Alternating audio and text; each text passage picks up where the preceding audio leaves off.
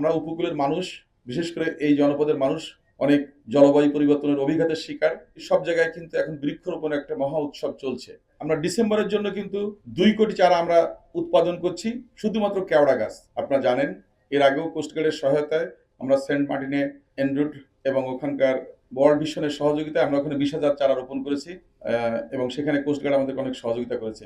এবারও আমরা এই মোংলা সহ কোস্টগার্ডের জন্য প্রায় 30,000 মতো গাছ আমরা রেখেছি। আমাদের 1 লক্ষর মতো আমরা গাছ এখন আপাতত প্ল্যান্টিং করার চিন্তা ভাবনা করছি। সেটা হচ্ছে বাংলাদেশ ইন্ডিয়া ফ্রেন্ডশিপ পাওয়ার প্ল্যান্টের সৌজন্যে। এখানে এনরুট এটাকে ফিল্ডে বাস্তবায়ন করছে। আর পাশাপাশি কোস্টগার্ডও তাদের যে দপ্তরগুলো আছে সবগুলোতে আমরা সেটা লাগানোর চেষ্টা করছি।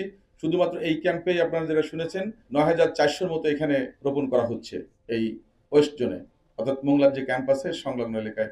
আমরা উপকূলের মানুষ, বিশেষ করে এই জনপদের মানুষ অনেক জলবায়ু পরিবর্তনের অভিঘাতের শিকার। আমরা চেষ্টা করছি আমাদের পরিবেশটাকে বসবাস উপযোগী বা বাসযোগ্য রাখার জন্য। যদি আমরা গাছপালা লাগাতে পারি তাহলে আমাদের তাপমাত্রা কমে আসবে, প্রাকৃতিক বৃষ্টির পরিমাণ বৃদ্ধি পাবে এবং বিভিন্ন ধরনের রোগ বালাই সহ যে এখানে যে মহামারীগুলো আছে সেগুলো থেকে আমরা কিছুটা কমিয়ে আনতে পারবো। আর এর মধ্য দিয়ে আমাদের তরুণ প্রজন্ম কিন্তু আকৃষ্ট হচ্ছে বৃক্ষরোপণের দিকে।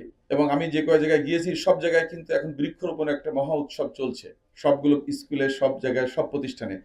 তো আমরা সারা বাংলাদেশ জুড়ে একটা ম্যাপিং করেছি। উপকূলের জন্য এক ধরনের গাছ, পাহাড়ের জন্য এক ধরনের গাছ, আবার সমতলের উত্তর অঞ্চলের জন্য এক ধরনের গাছ, স্কুলের আঙ্গিনার জন্য এক ধরনের গাছ, শহরের যে বিউটিফিকেশন সেগুলোর জন্য আরেক ধরনের গাছ। তো আমরা সর্বত্র একটা ম্যাপিং করে সেভাবে আমরা এই বৃক্ষরোপণ অভিযান সারা দেশে পরিচালনা করছি। মাননীয় প্রধানমন্ত্রী জনাব তারেক রহমান গত 13ই জুন কক্সবাজারের ডোলা হাজরাতে উনি উদ্বোধন করেন। তারপর থেকে শুরু করে এই পর্যন্ত আমরা আমাদের যে বিভিন্ন জায়গাতে তথ্যপত্র আসছে সুনির্দিষ্ট, সেটা প্রায় 3,05,00,000 মতো প্রায় আমাদের চারা রোপণ করা হয়ে গেছে। আমরা ডিসেম্বরের জন্য কিন্তু 2 কোটি চারা আমরা উৎপাদন করছি, শুধুমাত্র কেওড়া গাছ। এটা পটুয়াখালী সহ পটুয়াখালী, বরগুনা, বরিশাল ওই উপকূলে ওখানে লাগানো হবে এবং এটা দিয়ে আমরা কার্বন ট্রেডিংয়ে যাব, যার জন্য আমরা ওই সময়টা লাগাবো।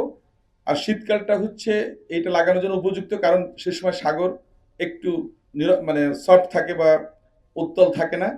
ওই সময়টা চারাটা ওখানে সাস্টেইন করে। হচ্ছে ন্যাচার বেস সলিউশন, অর্থাৎ প্রকৃতি নির্ভর সমাধান। সেটা হচ্ছে এই গাছ লাগানো আমাদের অন্যতম একটা এজেন্ডা।